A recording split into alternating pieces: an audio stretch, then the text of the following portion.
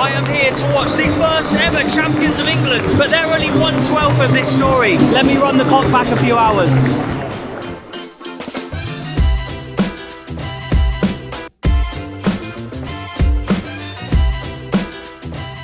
This really is the capital of football in the UK. I don't think you can make the argument of it being London just because they've never won a European Cup like this city has. You could make the argument it's Liverpool, particularly when Liverpool do get another league title this year and potentially another Champions League and stuff. The next couple of years are pretty crucial for the Reds over in Liverpool. And Glasgow as well. I don't think any city really takes it as seriously as Glasgow, but it's quite ironic. Is it ironic? It's interesting anyway that we're here in Manchester today to look at the start of the Football League in 1888. Blink and you'd miss it when you come to Manchester, but we are looking for one specific thing. It's not a stadium, it's not a statue, but it's a really, really significant place for English football.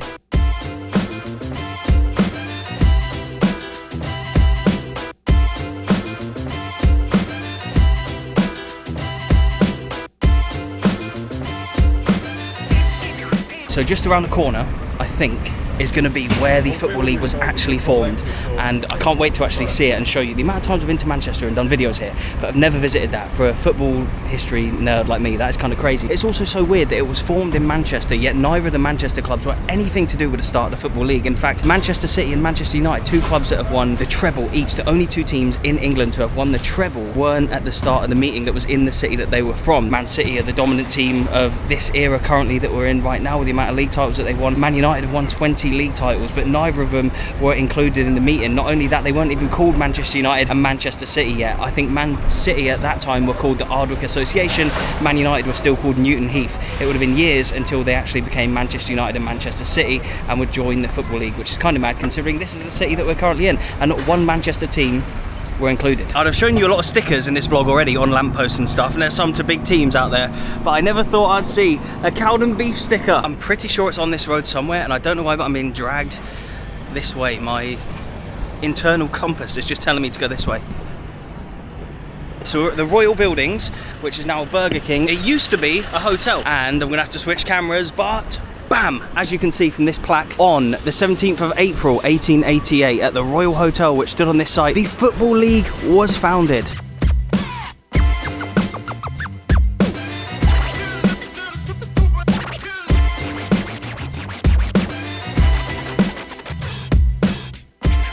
I bet not many even realise that that plaque is even there, because why would you? It's just a small little plaque, and for most people they think about the here and now and they don't think about the origins of football in this country, which league football began right here. There's a geezer there with the Huddersfield shirt on.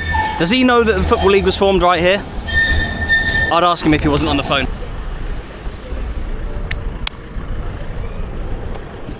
Hello mate, how's it going? You alright? Yeah, setting up. Are you working in here? Yeah. Do you know about, are you a football fan?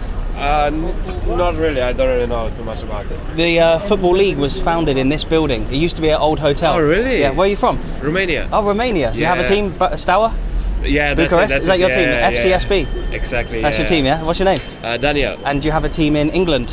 Not really, to be honest. I don't really follow because I'm always working. So. Yeah, fair enough. So what is this going to be here then? It's a collectible toy figurine shop. What was it before? It was a bank. Oh, bank. Was it HSBC or something? It was Santander. Yes. Santander. So it used to be a bank. Before that, I don't know. It says up there it was a Royal Hotel. So yeah. I don't know. So it goes through a lot of changes, I guess. Yeah, it's a prime location. It's very nice. It's a historical place. Oh, what a cool guy. Is there a better place in this city to tell you about what went down in that meeting than outside of the National Football Museum? Scotland are pretty well known for inventing things. What is it? The telephone and penicillin, and let me know in the comments whatever else. Iron brew is probably the main one, to be fair. But apart from all those incredible world-changing things, haggis, apart from all those things, they also created the Football League. Look, I know they were English clubs and it's the English League, but just have a little listen to this. In 1888, frustrated by regular cancellations of Aston Villa's matches, William McGregor, who was the chairman at the time, organised a meeting of representatives of England's leading clubs. This led to the formation of the Football League, giving member clubs a guaranteed fixture list each season. This was an instrumental moment in the transition of football from an amateur pastime to a professional business. Because of the importance of the FA Cup, a lot of matches that teams would have back then would get cancelled for FA Cup matches, and like you'd wouldn't know who he'd have in the next round and stuff. So a lot of the games were friendly matches, except from the FA Cup matches, which took precedence. And so it meant that all the teams who had matches arranged could just be cancelled at the drop of a hat. So the Aston Villa chairman, the man, William McGregor, who we have to thank for league football all around the world, was like, we're not having this anymore. He invited his own team, Aston Villa, and 11 other clubs to meet him in Manchester. Villa had 5 home games in a row cancelled or postponed, and they could see that they could make money. If you can get people in, make ticket money,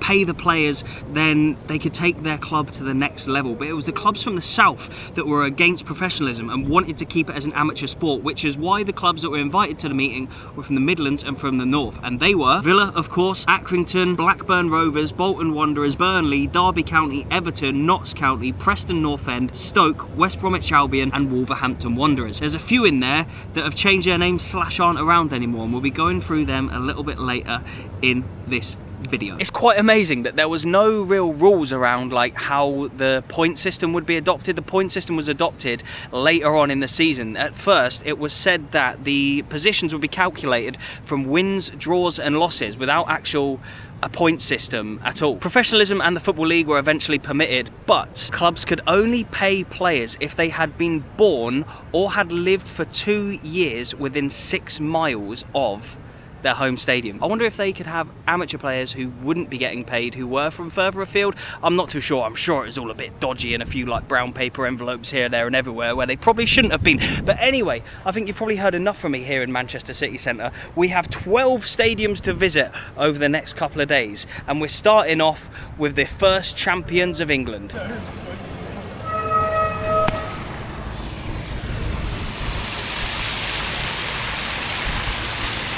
So, not only were Preston the first ever champions of England, they were the first ever invincibles of England as well. The first ever league season, there was an invincible champion. That wouldn't happen again until the early 2000s when Arsenal did it. Still Preston and Arsenal, the only 2 teams to have ever went a whole season unbeaten in the English top division. Not only were they invincible and champions of the league for the first ever time, they also won the FA Cup that season, meaning they were the first team to win the double of the FA Cup and the league. Not only did they win the FA Cup that season, but that season in the FA Cup, they didn't even concede a goal. So they didn't concede a goal in the FA Cup. They won it, meaning they won the double, they won the league, invincible in that. What a season Preston had. They'd go on to win it their second year as well, and then they have never won it since. And now they're a mid-table championship team who would do anything probably for even just a season in the Premier League.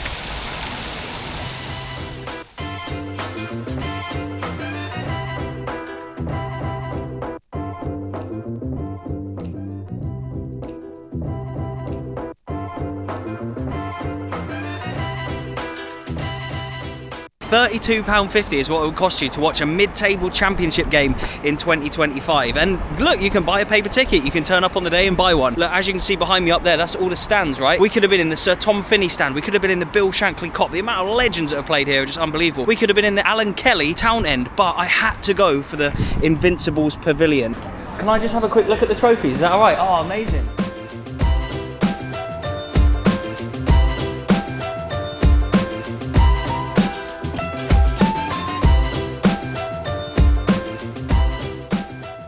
Oh, that was cool. I was just walking past reception, saw some trophies in there, and then the staff in there saw me looking and were like, oh, come in and have a look. I love that. I love when clubs are really welcoming. The Harrogate staff got an amazing reception in my comment section from the last video, which I absolutely love to see. But yeah, I wonder how many of those plaques we'll see, the blue plaques. I'm sure we'll see a lot of them over the next few days in this video.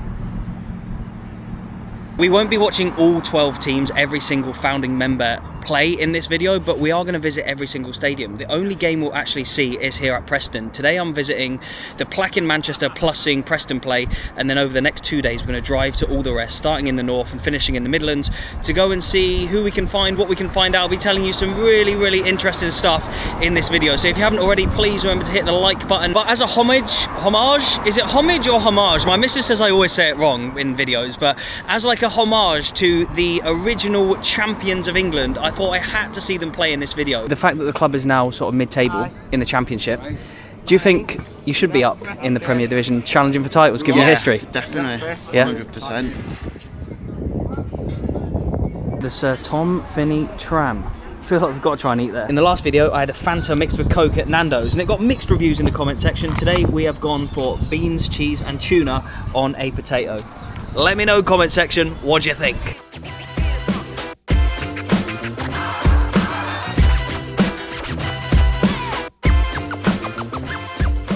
Despite their incredible history, their last trophy was in the 1938 FA Cup final, so it's been a while since they've tasted real success here in Preston. Just have a little look at their league finishes over their history. Look, as you can see, the very first two they were champions, and they remained fairly high, look, for a year or two after that as well, and then they did dip down into the second division pre-World War I. They dipped down as far as the penultimate team in the entire Football League, the fourth tier, back in the 80s, and they just about bounced back through a re-election process. There was no like relegation for them at that stage. For some reason they got re-elected, they survived, and as you can see, they've not been a top tier team since just after World War II, around the late 50s, early 60s is when they were last in the top tier for a team with a history of Preston.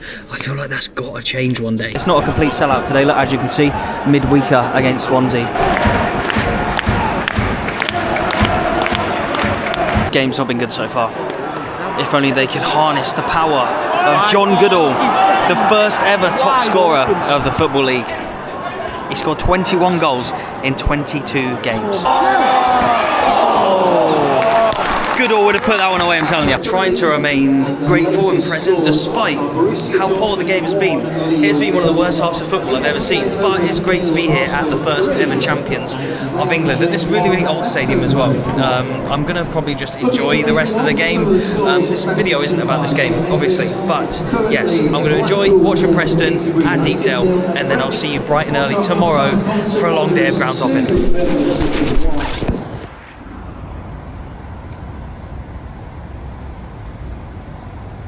I'm visiting all 12 EFL founder clubs over the next couple of days. Okay. And I was just wondering if there was just anything, just even if you could just show me one little piece of something, just to be like... There's the blue plaque just outside on the left-hand side. Okay, so as you walk out, it's there, so okay. you can take that.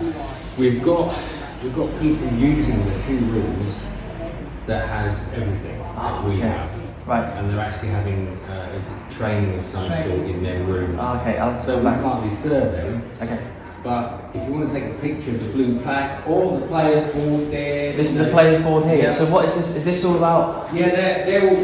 Some are current players, some are former players. It just shows you which countries they played for and the dates that they played for us. So who would have been the earliest ones? So that would have been when the Football League was 1889, getting formed, Well, I'm a relatively new fan, going back to about 2017. Yeah. So I love Jack Cork. Right, so here we are bright and early outside of Turf Moor, Burnley. We've just seen the blue plaque of Burnley, and the staff were so welcoming and friendly. I reckon I'd have got a look inside like an old boardroom or something if it wasn't for the conference or the training that's going on inside here today. But let's have a little quick look around the corner. I'll give you a few facts about their early league days, and the one that I like the most is the fact that...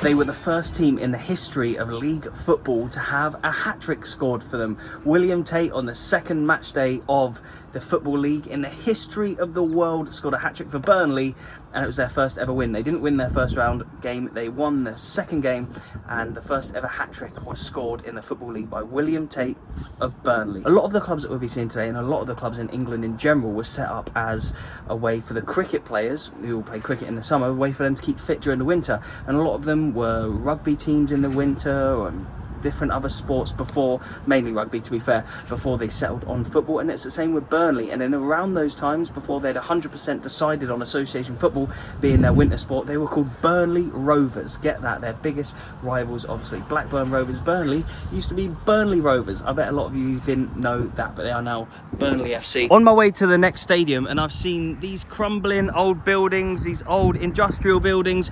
You can see all the old mill towers and stuff, and all the old factory towers everywhere you go in this part of the world. Nowadays we see football clubs as completely different entities, and they are. They're huge, big organisations worth sometimes billions of pounds in the Premier League, but oftentimes tens of millions, hundreds of millions. But they started off due to people working at places like this. It would have been the mill workers, the factory workers, particularly in this area, would have been such an industrial part of the world in the late 1800s and the early 1900s as well. When the Football League was being formed, the country was getting prosperous in the north. There was all these factories popping up, and people not only had money, but they also had spare time as well to put into things like cricket clubs, like rugby clubs, and like football clubs. And that is why we have the sport that we have today, because of the people who would have worked in places like this, I guess. I'm not sure what this place would have been here specifically, but as you can see up there, look, again, there's like another one of the big towers and things. But it is quite sad. Everywhere you drive around Lancashire, between all these different towns like Accrington, where we're going, and Blackburn, where we're going and where I've been staying for the last couple of nights, and Burnley, and you name it, Preston, and all this kind of area, you see crumbling old factories and mills, and it's depressing because we used to have industry in this country.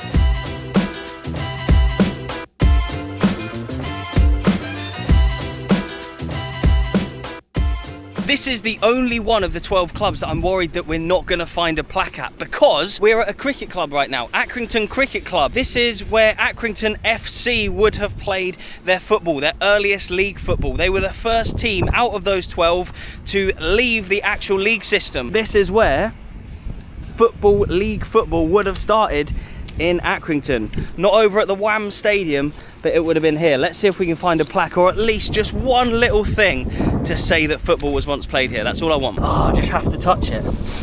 Love shit like this. I can't find anything here, but maybe the people of Accrington can let me know. Yeah, it's a shame we can't find anything here. Accrington Stanley FC is just up the road, so let's go see if we can find anything there.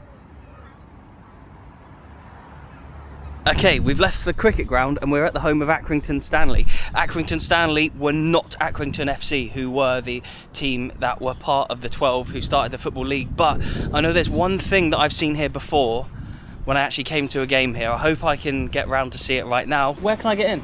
Oh, you're a legend, mate. Thank you so much. If you go into the pub shop, yeah, Rob's in there. Okay. He will literally show you around. Oh, nice. Okay. It's absolutely nice. That's where we just were, Thorneyholme Road, and that was a part of Accrington. See, it was just Accrington, not Accrington Stanley. There's Villa, Blackburn, Bolton, Burnley, Derby, Everton, Notts County, Preston North End, Stoke. It says Stoke City, but I think it was just Stoke back then. The City was added later, West Bromwich Albion, and Wolves. And this may have been the first ever team that played here in Accrington. The Old Reds is what they were called, and they resigned from the Football League. See? I love this level of football. You come in, you just want to see one or two little bits, and they'll let you, like Preston last night, like Harrogate the other day. I've had a lot of good luck recently. He told me there's a geezer up here called Rob. Let's see if we can go find him. I'm looking for somebody called Rob. I'm Robert. I've just been told by somebody over there that you might be the man to speak to.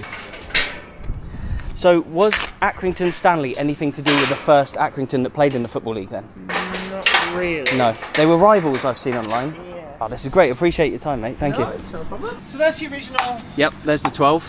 That's the 12. Accrington Stanley were founded in 1891. So in 1888, Accrington played until they went bust. I think it was 1893. Yeah, it was a few years after that. Yeah. And then we talk about how a team called Stanley Villa took the name of Accrington. Yeah. Became Accrington Stanley. Ah, okay. So are the people of Accrington really proud of their history in the formation of the Football League? And... yeah, but they don't know enough about it. Yeah. Because between 1962 and 2006, we didn't have a Football League club, so we lost a generation. Oh, so you were non-league for a long time, yeah. So we lost a generation. So that's the old Grand Peel Park, and then you can see like the stacks and stuff. So yeah, they all in and around the workers and all that, yeah. So we formed the Division 3 North in 1921. What would the main industries have been in Accrington around? Cotton right. and brick. Oh, you beat East Fife. I live up in Scotland. So your first game under floodlights was against East Fife. Oh, cool. We were quite innovative, and we had like floodlights, and they used to have like Anglo-Scottish cups, and we actually had a team of 11 Scottish players. Yeah, I just saw that around. There you go. Yeah. Right there. Yeah. This is like the heyday in the 50s when we finished second in Division 3 North, but only the top team got promoted. Ah, okay. We came here in 1970, played the first match in 1970, so this is here. This is what this. Oh, this is the Wham before. Yeah. Before it was Wham, yeah. Oh, cool. Wow, look at that. So here is... And they're starting to modernise a little bit there. Yeah, as we got we've had like 8 promotions. 8 promotions, So wow. from the Lancashire combination. Yeah. So that is where those houses are now. So that is where those houses are? That is there, yeah. Oh, cool. So this is Norai, this is the brickwork, so it's... Not there anymore? No, it stands for iron backwards. Oh, okay, It's the strongest brick in the world. Yeah. And it's the foundations of the Empire State Building and Blackpool Tower. Wow, nice. So we've got a lot to thank Accrington for. Well, there you go, yeah. We got League 2 champions. Oh, yeah. League 2 champions ahead of Luton, who obviously were in the Prem Correct. recently, and Notts County, oldest professional team in the world. Yeah. Wickham are doing all right now in League 1. That's a good fact. On the 17th of April 1888, Accrington were one of the 12 original members. Yeah, exactly 130 years later, Accrington achieved their first ever promotion within the Football League. Promotion. Exactly 130 years later. Exactly 130 Oh, years wow, that's later, amazing. they said that. So, I wonder what will happen in 130 more well. years. That is what it's all about. Every club needs a Rob, don't they? And he did tell me that apparently there is a plaque, a Football League founders plaque here, but technically, obviously, Accrington Stanley weren't even formed when the original Accrington were in the Football League. But this town is such a big part of the Football League story anyway. I feel like this club deserves to have the plaque. Look at that lovely pitch.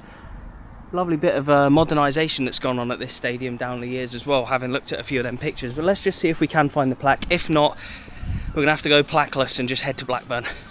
Blackburn. Here we go, look, right in the bar. Boom, another club, another plaque, there we go.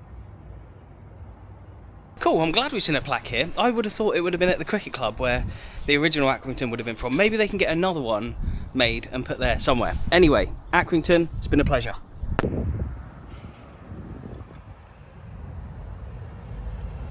So, you know how I've been looking for blue plaques at every single one of the grounds? It's like, oh yeah, there's the blue plaque, you see it. Maybe you can see one up behind me there. And as I was driving up to Ewood Park, I was like, yes, there's a blue plaque. I've been here before and made a video here before, but I can't remember seeing one. And I've just seen that one driving up and I was like, oh, there we go, that was easy. But see what it says. Yeah, not quite the blue plaque we're looking for this video. If in doubt, walk through the open gate. You've just got to go for it. The Blue Football League founder plaque. Would I just be able to have a look at it quickly? Oh, amazing, thank you very much. Ah, okay, cool.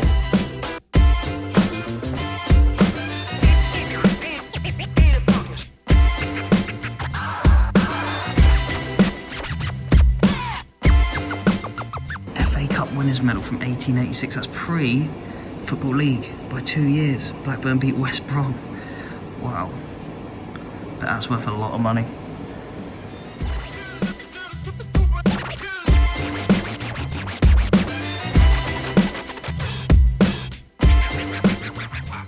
Here we go, look at this. Oh, I've got goosebumps. I know this is a really weird thing to have goosebumps over, but look at that. That is the Premier League trophy that Blackburn won. It's like the League Cup. Oh, I've never seen this part of Ewood Park. This is unreal. Thank you so much, mate. Appreciate your time. Cheers. I don't know what it is at the moment, but we are having the best luck in the world. We're getting in places and getting chatting to people. But anyway, Blackburn are one of the most historic, incredible teams in this country. So they won 5 FA Cup finals in the 19th century, in 1884, 1885, 1886, so 3 in a row, and Fergus Suter, one of the Scotch professors, was a big part of that. Yeah, if you haven't heard of Fergus Suter before, make sure you Google him and check out his incredible story. Blackburn were crowned champions in the 1911, 1912 and 1913-1914 season, and they won their 6th FA Cup in 1928. They've been up and down the divisions a little bit as well, but obviously they did win the Premier League here in 1995 with Kenny Dalglish as manager and Jack Walker. This is the Jack Walker stand right behind me there, former owner. Not many owners of football clubs are loved and have stands. Who are the most loved owners in the world? Maybe the Leicester owner who tragically passed away in the helicopter crash, Jack Walker, people like this who have really given a lot to quote-unquote smaller clubs. Blackburn aren't a Man United or a Liverpool. They have an unbelievable history and have huge potential to go back up into the Premier League, but currently a Championship club. They're all quite close to each other, the 3 teams that I visited this morning. Burnley, Accrington and Blackburn. Got to go a little bit further for the next one. For all its faults and that it's kind of a bit of a modern, soulless stadium on the outskirts of the town of Bolton, I do like that you can touch the structure and then the floodlights of the stadium. That is pretty cool.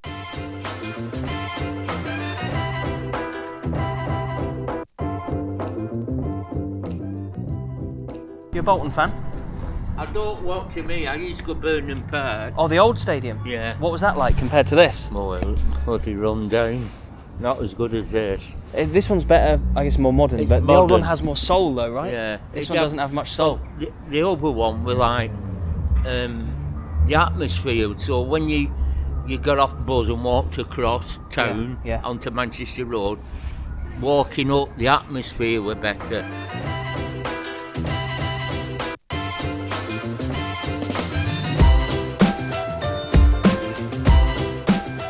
So you'll have noticed that every single team that we've been to so far has been in a completely different town or city. And part of the rules back in the early days, William McGregor said that he only wanted one team per city, so to give representation to other places. It was a while until other teams from the same city could actually join the Football League, and there was a bit of controversy around them because I think Small Heath, who would later become Birmingham City, wanted to join, but obviously Villa, being from Birmingham, meant that Small Heath couldn't. And so yeah, we're in Bolton now, and the driving today has just been so annoying. It's just so busy, isn't it, in this part of the world, going from town to town and stuff. It is a bit of a nightmare. Celebrating and remembering the significant moments in the history of Bolton Wanderers Football Club. Their first game was in 1881, and their first league game, look, they're founders of the Football League, in a meeting in April of 1888. In September they played, they scored their first goal as Bolton played against Derby County. Played at Pikes Lane. Would have been a little bit different to this place, I'm sure. I'm visiting all the English Football League founder clubs. Obviously Bolton's one of them. They all have a little blue plaque to say that they were part of the formation in 1888. Do you know where the one is for Bolton? I do. It's not on the wall though at the minute.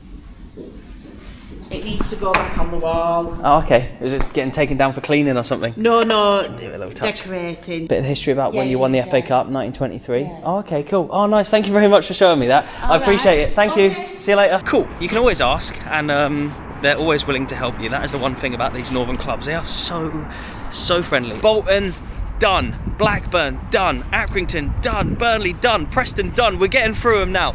Next up is Everton. There's only one place I can start the Everton section, and that is the Dixie Dean statue. This man has scored more goals in a top flight season in England than anybody else.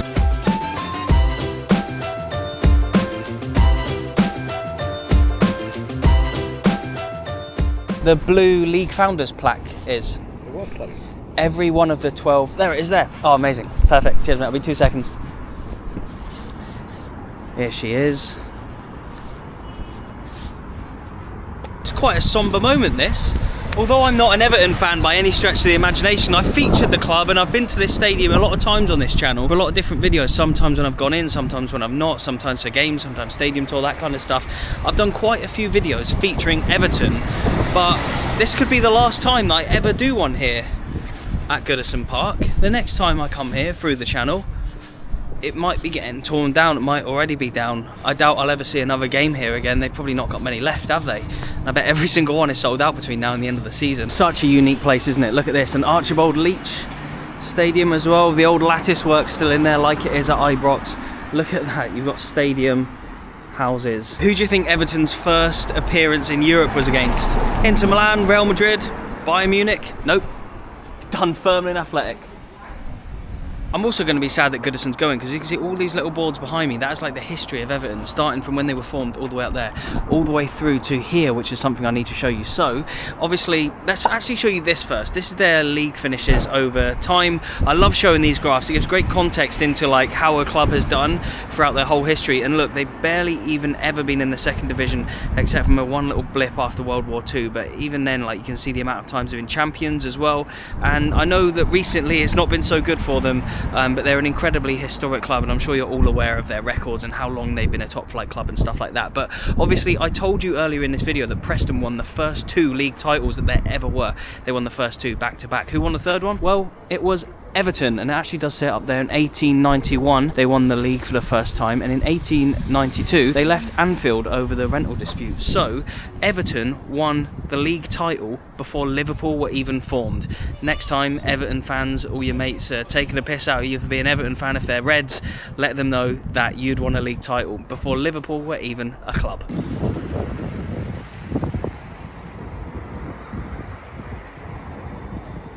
I can't come all this way and not see. There it is! the Bramley Moor Dock Stadium. Not that you'll be able to see much from this angle. Just workmen and stuff. Wow, it looks unbelievable with the water over there. What do you think? I think it's fantastic. And you know what surprises me now? What? There's no Everton badges on it. Maybe that'll be the last thing they do, just to stick it on, last thing. Where are they going to put Dixie? Dixie's got to make it, hasn't he? Can't bring it. You can't leave him there. He'll get robbed. Big abandoned buildings, no roof on that one over there. I wonder if they're in planning of like building the stadium, if they'll regenerate the entire area. I'm sure there's going to be like bars and restaurants and hotels and stuff that pop up all around here, but these things take time, don't they? I will never not ask if I see a gate open and I see some blokes in high vis or a groundsman or whatever it is at any stadium anywhere in the world. At least I'll ask, and the worst they can do is say no. And there's a gate open around here. There's no like public people in there. There's no pedestrians in and around the stadium that I can see, but I will just double check, see if I can have a quick look in here. Hi lads, is it possible to look at the stadium at all? Or? From here you can. Yeah. Okay, yeah. But anything further. Anything further? Inside, okay. Yeah. God, the sun is crazy right now. How much more is there to do then?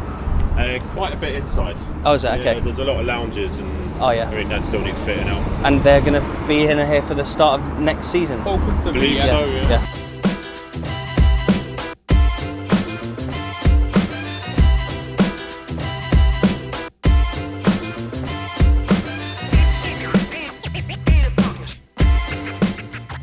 Really happy to have at least seen it. Looks unbelievable. I'm going to have to come back when it opens for maybe a game and or a tour. I would love to do that. Aye, there she is. Not sure how much you can see, but I love the brickwork and how in keeping it is with this area. Anyway, this video isn't about Everton and their new stadium. That's it for like the more northern teams. We've got to head towards the Midlands now. Good morning from Stoke.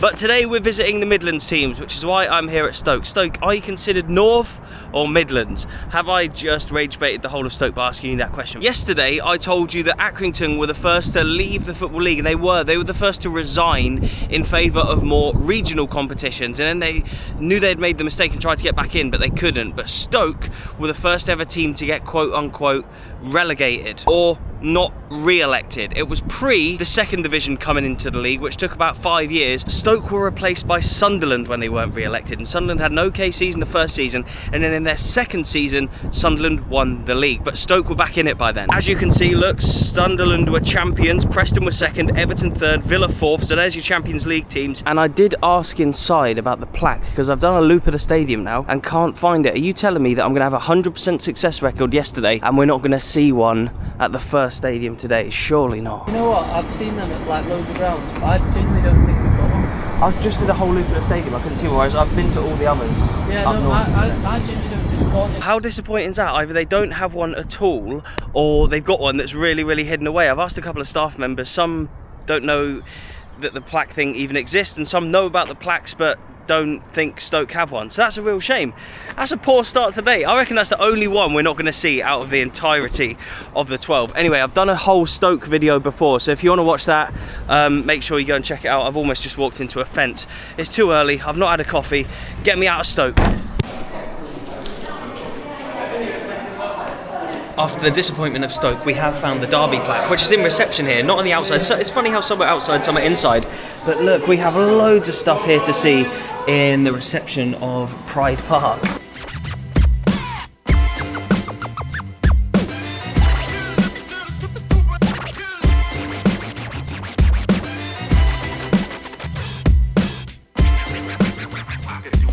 Strangely enough, maybe the comment section can let me know why, but this stadium was opened by the Queen. Here we go, we have Brian Clough and Peter Taylor right here as well. Two of the biggest legends in English football history. Whereas teams like Notts County and Accrington haven't always been in the Football League, even though they were founders back in the day, Derby, since that very first season, have played every single season in the Football League. But look, here we have some old gates or an old entrance to their old stadium. I've featured Derby in a video before where I just was here, but I didn't go to their old stadium. So, quite incredible really that these little tight streets once held the Derby Stadium. This is exactly where it was. I've never been here before, but I've always known about the baseball ground. There, over there, it says Baseball Drive. Baseball ground, the home of Derby County. Sculpture's looking a little bit worse for wear these days. Graffiti, rubbish. Bit of a shame. Is this all there is to see around here? Let's have a little mooch about. Here we go. So they were here from 1895 until it's a bit of a weird, until 1997. Over 100 years they were here, but obviously the Football League started in 1888, so they'd have been elsewhere before they played the majority of their league football here. The sculpture is just behind these houses here, and we are right now stood on where Derby once might have played European football. I think they got to the European Cup semi-final under Clough, didn't they? Anyway, another plaque seen over at Pride Park. That's almost every single team that we've seen a plaque except from Stoke. Right, I know there's one at the next ground. Let's go to the oldest professional football club in the world.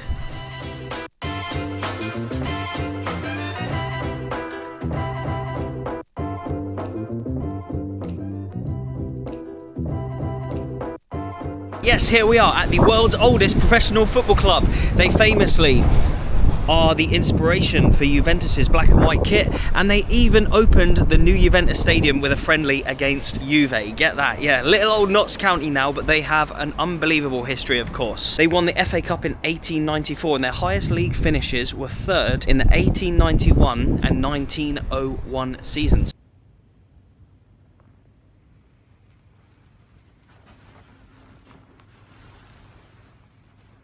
So of course Notts County have their plaque proudly placed in reception there. And there's like exams and stuff going on in Notts County today, so in Meadow Lane, the home of Notts County, so I'm not actually gonna be able to really like have a look inside. I don't think. It seems a little bit quiet, probably because of the exams. Yeah, oldest football team in the world in terms of professionalism, so pretty amazing, because obviously the start of the Football League was all about professionalism and how the FA and the powers that be and the teams down south wanted to keep it amateur. Notts County, proper historic place. Absolutely love this gaff.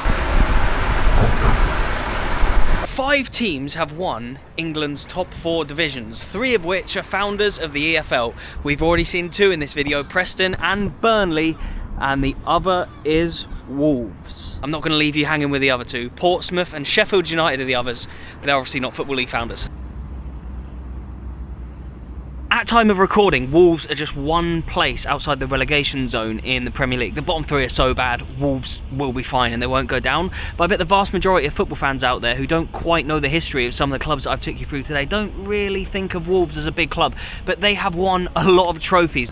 And I've just seen something that I haven't seen at any other stadium that I'll show you in a second, which we haven't done at any of them so far in this video. But here is the man. Look at that. I don't even need to tell you who it is because his name is behind him up there. Stan Cullis. He is the man who won 3 league titles for Wolverhampton Wanderers. I wonder if even he could stop Cunha getting sent off so much. Whereabouts is your Football League founders plaque? You know, the blue circular plaque? It's actually main reception. Okay. So when you get to the main reception Yeah. door, there's like a little bit of like... is that opposite the? Is that near the Billy Wright statue? behind the Billy Wright Okay, statue, cool. there's a door. Started up in Preston and kind of worked my way down over the last few days, and this West Brom and Villa are my last 3 to see, so I've been looking at all the plaques and stuff, so yeah, it's interesting. Here we go, we're heading into the Wolves Museum. I know we've chanced our arm in a few of the stadiums, but it's good to be in an actual official museum, so £10 to get in.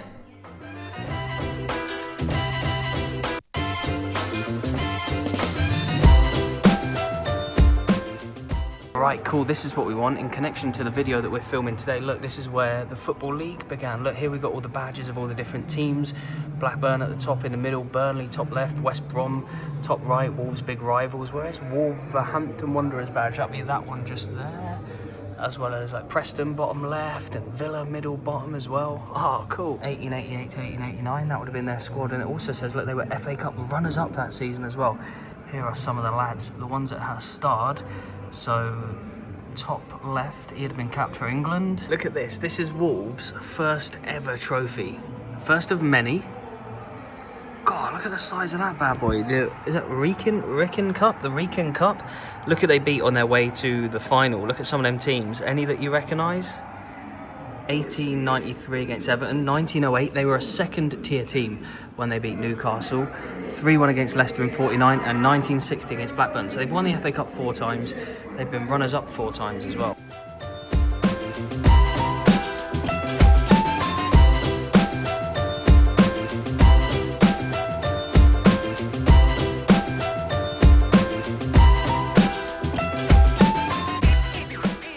I hope I'm not glossing over too much in here. I feel like I've shown you enough for this video, for this segment anyway. This video is probably going to be really long. We're visiting 12 teams and I've still got 2 more to visit, so I kind of need to go.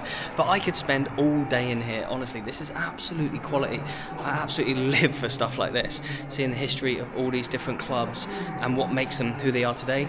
And people forget about the history of these teams. I bet a lot of you didn't know that Wolves are 3 times champions. They played a UEFA Cup final against Spurs. That was the first ever European final between 2 teams in the same country, and Spurs beat Wolves. A lot of our history, the most important history is the 50s. Yep. So a lot of people don't look back that far, but if you look at what we achieved, it was massive. So the Wolves story is, we've got massive foundations. I think, you know, what's grown from us is huge, and that's not just us. Obviously, you've got the other 11 members, founding members of the Football League. 10, because Accrington was dissolved, but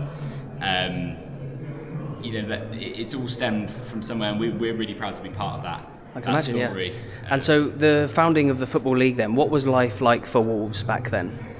Well, we were a school team originally, 1877, so obviously the Football League came about in 1888. We're a school team. We're not the only school team in that, I believe. Really interesting how all the teams come about. Some are works teams. Yeah. Some were created by school kids like us. So in those days, Wolves were at their third home, Dudley Road. It's quite funny because we're playing in red and white stripes. We look like Sunderland. Didn't we? Yeah. Right. Yeah. It was totally different.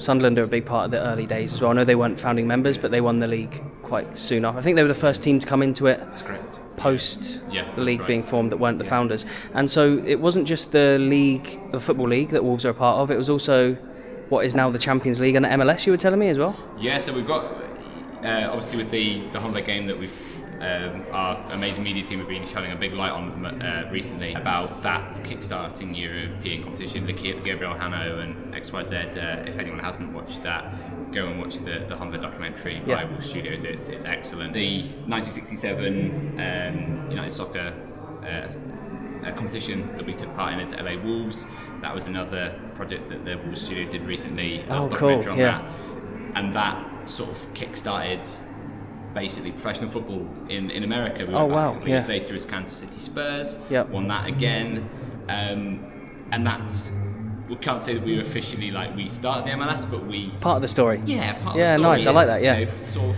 the rumblings. So the Football League, the Champions League, and the MLS, we got a lot to thank you guys for. Yeah, absolutely. Worldwide Wolves, isn't it? Yeah, I love it. Yeah, nice. And we were the first team to win all 4 divisions of the Football League. Oh, you're the first to. You're one of 5 to have done it. Yeah. So you're first. Is it Preston, Burnley, Burnley, and Pompey? Pompey. Yeah, he knows his stuff. He knows his stuff. Oh, that was quality. So enjoyable. Right, we've just got to visit the plaque, and then we got to head to West Brom. Right, the Birmingham traffic is wreaking havoc with this vlog now, but we're almost there, and we're at the home of West Brom, champions of England once in 1920, and they've spent the vast majority of their footballing life in the top division, believe it or not. For some reason in my mind I think of them as a bit of a championship club bouncing up and down the divisions, but they have spent 82 years in the top flight. Let's go and see if we can find this plaque. Here it is, right outside of the club shop. Oh, I was never going to reach that. Anyway, that is almost every single plaque seen. We have one more club to go, Aston Villa. I can't believe Stoke let us down that badly, and I know I'm being quick here. Like I say, it's like Birmingham traffic rush hour right now, and I want to get to Villa. Now I've got to drive back up to Scotland tonight, so I've been driving all day today, yesterday, and then back up to Scotland as well, which is a bit of a mad one. But yeah, apologies Baggies fans, I know I'm not spending as long here as I have the other clubs, so if you want to learn more about West Brom, go and watch my Midlands video. But anyway, enough of this place, let's head to Villa. Here we are, we've made it, and if anyone has ever driven from West Brom to Aston Villa, especially at about 4 o'clock in the afternoon, you will know what a nightmare it is. Anyway, Here we are at Villa Park, probably one of my favourite stadiums in the world to look at. European Cup winners, as I walked past the old sign for 1982, the mural, but as I was driving up I did see one gate open up here, and there's the statue of William McGregor, the founder of the Football League. This is why I wanted to finish in Birmingham at Aston Villa, because if it wasn't for Villa and their Scottish chairman, if it wasn't for him, we wouldn't have league football, we wouldn't have the Bundesliga, we wouldn't have La Liga, we wouldn't have Ligue 1, we wouldn't have the Lowland League, for goodness sake. Here we go, we have completed the founders of the Football League. This has been so fun. I've really enjoyed this. Look at that, yeah, founder member of the Football League, Aston Villa. They should have a golden one for being the club that not just was a founder member of the Football League, but was the club that brought it to the attention of the rest. So as it says on there, I beg to tender the following suggestion, ...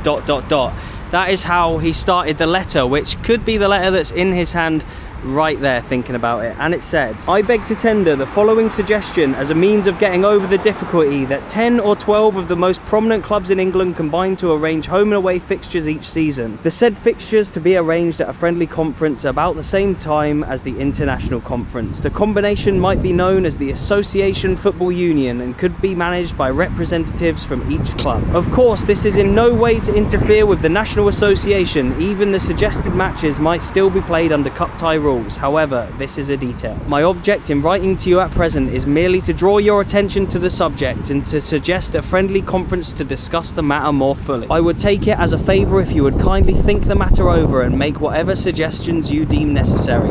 I am only writing to the following: Blackburn Rovers, Bolton Wanderers, Preston North End, West Bromwich Albion and Aston Villa, and would like to hear what other clubs you would suggest. I am yours very truly, William McGregor, Aston Villa FC.